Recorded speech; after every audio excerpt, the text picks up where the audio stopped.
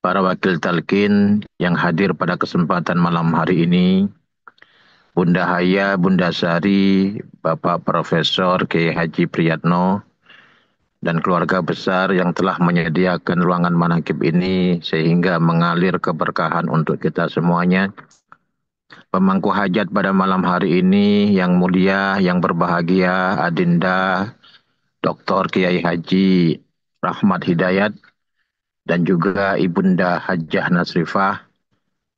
Semoga dengan wasilah Manakib Sultanil Aulia Syekh Abdul Qadir Jilani, Allah Subhanahu wa taala senantiasa melimpahkan keberkahan kepada beliau beserta keluarga besarnya, dipanjangkan usia dunianya, disehatkan jiwa raganya, dimudahkan segala urusannya, diluaskan rezekinya, dikabulkan hajat-hajatnya, dan dibahagiakan kehidupan dunia dan akhiratnya. Amin. Allahumma amin. Juga untuk kita semuanya, ikhwan wal akhwat rahimakumullah. Di dalam Al-Quran, setidaknya ada 3 ayat yang menerangkan tentang turunnya Al-Quran. Ayat yang pertama, sebagaimana yang kita hafal, yaitu di awal surat Al-Qadar. Inna anzalnahu fi laylatil qadar. Sesungguhnya telah kami turunkan di mana para mufasir merujuk domirhu ini kepada Alkitab, yaitu Al-Quran. Sesungguhnya kami turunkan Al-Quran itu di malam ketetapan, yaitu Lailatul Qadar. Ini ayat yang pertama. Kemudian pada ayat yang kedua, Allah berfirman di dalam Al-Quran, Inna anzalnahu fi lailatin mubarakah. Kami turunkan Al-Quran itu di malam yang diberkahi. Kemudian ayat yang ketiga yang menunjukkan secara spesifik, Syahrul Ramadan alladzi unzila fihi al-Quran hudal linnasi wa bayyinatin minal huda wal furqan. Di bulan Ramadan diturunkan Al-Quran hudal linnas, sebagai petunjuk bagi manusia. Ikhwan wal akhwat rahimakumullah.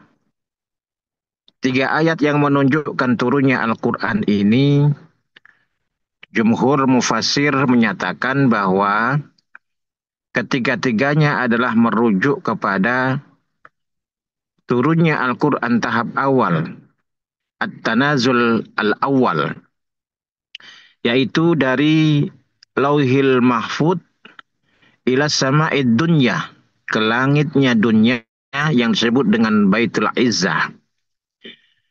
Turunnya Al-Quran dari Lauhil Mahfud ke Baitul Izzah ini turun secara keseluruhan dari ayat-ayat Al-Quran. Kemudian dari Baitul Izzah disampaikan kepada Rasulullah Shallallahu Alaihi Wasallam secara berangsur-angsur, yang dimulai diturunkan ayat pertama yaitu surat Al-Alaq ayat 1 sampai dengan ayat yang kelima. Ikhwanul ahwat rahimakumullah. 3 ayat yang menunjukkan turunnya Al-Quran ini seakan-akan beda redaksi. Tetapi di dalam kaidah tafsir bahwa masing-masing ayat di dalam Al-Quran itu mufassir ba'din min ba'din, akan menerangkan ayat yang satu dengan ayat yang lainnya yang saling berhubungan.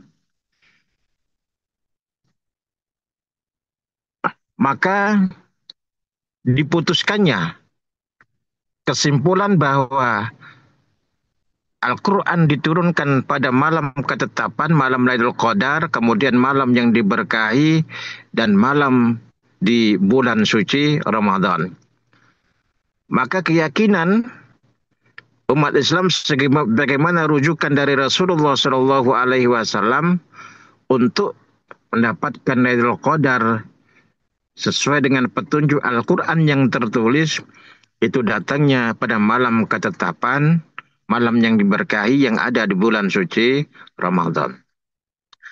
Ikhwanul afad rahimakumullah, lalu timbul pertanyaan, kalau Al-Quran itu diturunkan pada malam ketetapan, malam yang diberkahi di bulan suci Ramadan, dan rujukannya di malam akhir,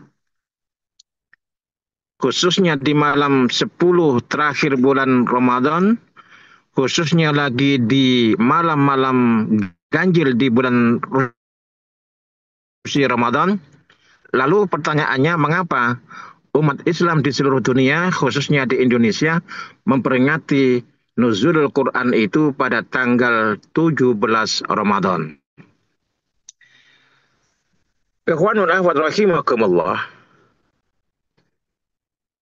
turunnya Al-Quran pada tanggal dinyatakan malam nuzul Quran itu pada malam atau pada hari 17 Ramadan adalah merupakan merujuk pada firman Allah Subhanahu wa taala,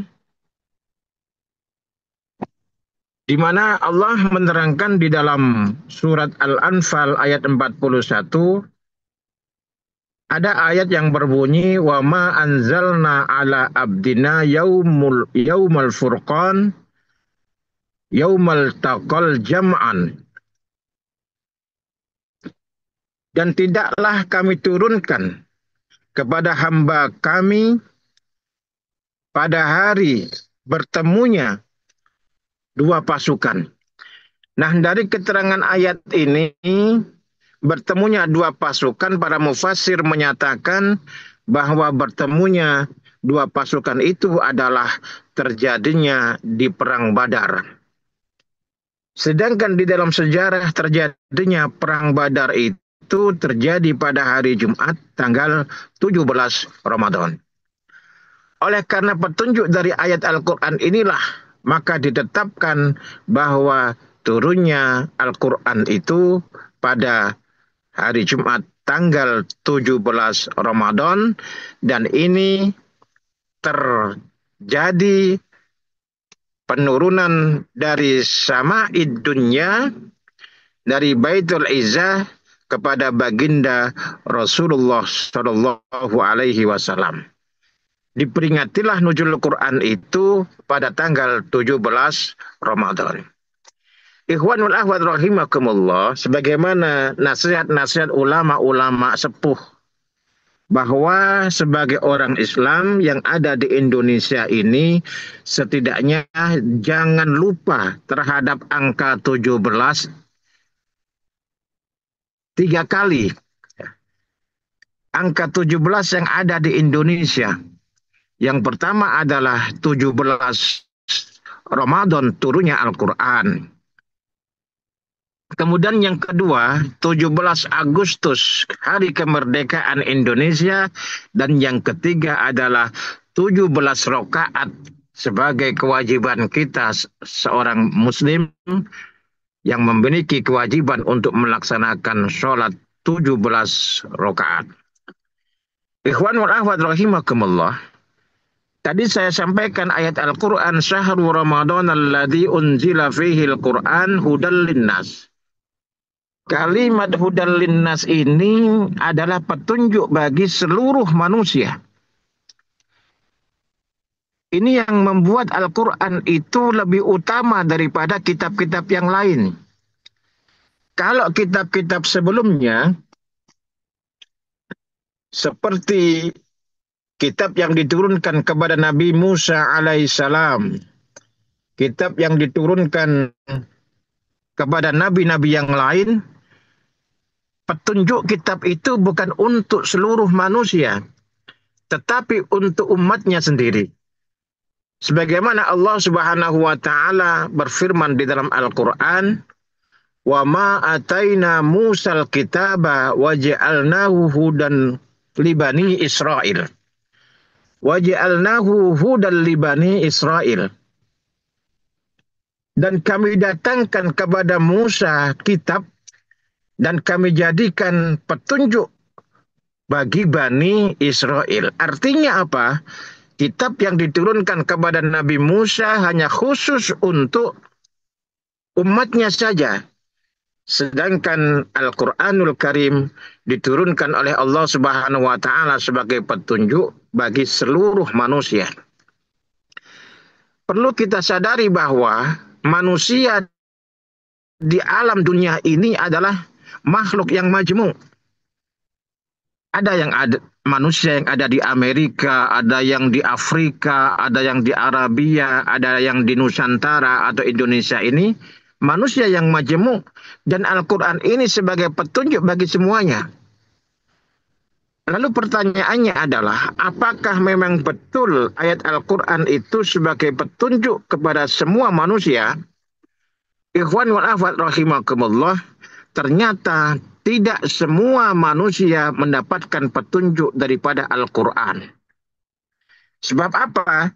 Sebab kalimat-kalimat yang merujuk kepada Alkitab atau Al-Quran itu dibatasi, diterangkan bahwa memang Al-Quran itu untuk seluruh manusia, tetapi manusia yang bertakwa kepada Allah Subhanahu wa Ta'ala. Di dalam surat Al-Baqarah ayat yang pertama jelas-jelas disebutkan Alif Lam Mim dzalikal kitabu la raiba fi hudal lil muttaqin. Dzalikal kitabu la raiba fi, kitab itu, Al-Quran itu tidak ada keraguan di dalamnya. Ikhwanul akhwat, yang namanya petunjuk itu harus yakin, harus pasti, tidak ada keraguan. Bukanlah suatu petunjuk kalau di dalamnya masih ada keraguan. Jadi petunjuk yang disampaikan oleh Allah di dalam kitab itu adalah petunjuk yang pasti. Hudal lil muttaqin, petunjuk bagi orang-orang yang takwa. Ikhwan wal akhwat rahimakumullah, sesungguhnya Al-Quran ataupun sunnah Rasulullah Shallallahu Alaihi Wasallam diturunkan kepada manusia itu adalah sebagai bentuk kasih sayang Allah kepada hambanya. Begitu Al-Quran itu diturunkan, begitu Allah menciptakan manusia dibarengi dengan buku petunjuknya, yaitu Al-Quran.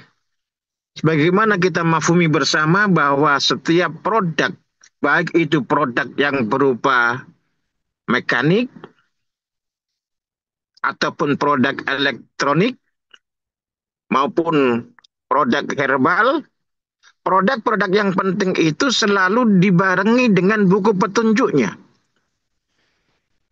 Allah Subhanahu wa Ta'ala memproduk manusia itu juga dibarengi dengan petunjuknya yang berupa Al-Quran. Bukan hanya memberikan petunjuk atau manual book yang berupa Al-Quran, tetapi Allah Subhanahu wa Ta'ala memberikan contoh pelaku Al-Quran itu, yaitu junjungan kita Nabi besar Muhammad sallallahu alaihi wasallam. Sebagaimana saya sebutkan tadi bahwa Al-Quran diturunkan itu sebagai bentuk kasih sayang Allah kepada hambanya. Andai kata kita tidak menerima petunjuk dari Allah, ayat-ayat Allah, maka bagaimana cara kita beribadah kepada Allah Subhanahu wa Ta'ala? Manusia yang saya sebutkan tadi sebagai manusia yang majemuk, tanpa adanya Al-Quran, mereka akan beribadah sesuai dengan caranya sendiri-sendiri. Orang Amerika akan beribadah dengan caranya sendiri. Orang Jawa akan beribadah dengan caranya sendiri. Akhirnya sholat sendiri-sendiri, memakai bahasanya sendiri-sendiri. Ketika adzan dikumandangkan, bukan memakai bahasa Arab, tetapi memakai bahasa Jawa. Allah ageng tenan, Allah ageng tenan. Nah itu kan berarti memakai caranya sendiri-sendiri. Orang Madura memakai caranya sendiri, mengumandangkan adzan dengan bahasa Madura. Allah Raja tak iya, Allah Raja tak iya. Ini akan menjadikan suatu ibadah yang tidak seragam. Oleh petunjuk Al-Quran diterangkan oleh sunnah Rasulullah SAW dan ijtihad para ulama, akhirnya ibadah kita ini seragam dimanapun berada. Kita tata sholatnya sama. Jangan khawatir ketika kita berada di Mekah atau Madinah bagaimana cara sholatnya. Sholatnya pasti sama. Menghadap Allah, menghadap Ka'bah dan lain sebagainya. Ikhwanul akhwat rahimakumullah. Bahwa Al-Quran itu sebagai petunjuk bagi manusia. Nah, manusia yang tidak memakai petunjuk Al-Quran, itu bisa ditanyakan kemanusiaannya. Karena apa? Karena manusia-manusia yang kufur terhadap ayat Al-Quran itu biasanya disebut dengan binatang.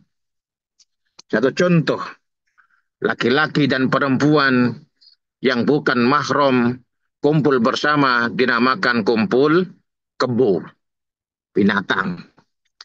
Kemudian ada laki-laki gagah, kemudian kencing sambil berdiri, apalagi kencing sambil berjalan. Dikatakan bahwa gambaran orang yang kencing berdiri itu seperti kuda, binatang juga. Kemudian ada perempuan yang jalan malam-malam menggoda laki-laki untuk mampir, dinamakan kupu-kupu malam, binatang juga. Ada Pak Haji yang rentenir, dikatakan lintah darat, binatang juga. Suka mengganggu orang perempuan, dinamakan buaya darat, binatang juga. Jadi yang kufur terhadap ayat Al-Quran, hati-hati, bisa jadi dia bukan manusia tapi binatang. Mohon maaf. Ikhwan wal akhwat rahimakumullah. Oleh karena Al-Quran itu sebagai petunjuk bagi kita, maka ketika kita membaca Al-Quran, ayat per ayat kalau kita kaji, kita dalami, kita renungi, maka masing-masing ayat itu akan membawa petunjuk bagi kita. Oleh karena itu, setiap kita membaca Al-Quran, marilah kita kaji, kita renungkan. Bisa jadi yang kita baca, yang kita kaji, yang kita renungkan itu menjadi petunjuk dalam kehidupan kita. Nah, Al-Quran yang mulia itu akan memberikan kemuliaan kepada siapa saja yang berhubungan dengannya. Malaikat Jibril membawa Al-Quran. Malaikat Jibril menjadi malaikat yang paling mulia. Kemudian diturunkan kepada Rasulullah SAW. Rasulullah menjadi Rasul dan Nabi yang paling mulia. Diturunkan di bulan Ramadan. Bulan Ramadan adalah bulan yang paling mulia. Diturunkan di malam Qadar. Lailatul Qadar menjadi malam yang paling mulia. Kemudian orang-orang tua yang mendidik anaknya sehingga memiliki kemampuan untuk membaca Al-Quran, maka orang tua yang mendidik anaknya dengan Al-Quran itu besok akan menjadi manusia yang paling mulia, yang dipanggil dengan nama kemuliaan dan mendapatkan mahkota dari sisi Allah Subhanahu wa Ta'ala. Dan Al-Quran memohon kepada Allah agar bisa memberikan syafaat kepada orang yang membaca dan melaksanakan isi kandungannya. Mudah-mudahan kita mendapatkan syafaat dari Al-Quran, menjadi pelindung kita dan menjadi imam kita, pedoman hidup kita. Demikian ikhwanul akhwat rahimakumullah, kurang lebihnya mohon maaf yang sebesar-besarnya. Semoga Allah berkahi semuanya, segalanya, selamanya. Kurang lebihnya mohon maaf yang sebesar-besarnya. Wallahul muwafiq ila aqwamit thariq. Wassalamualaikum warahmatullahi wabarakatuh.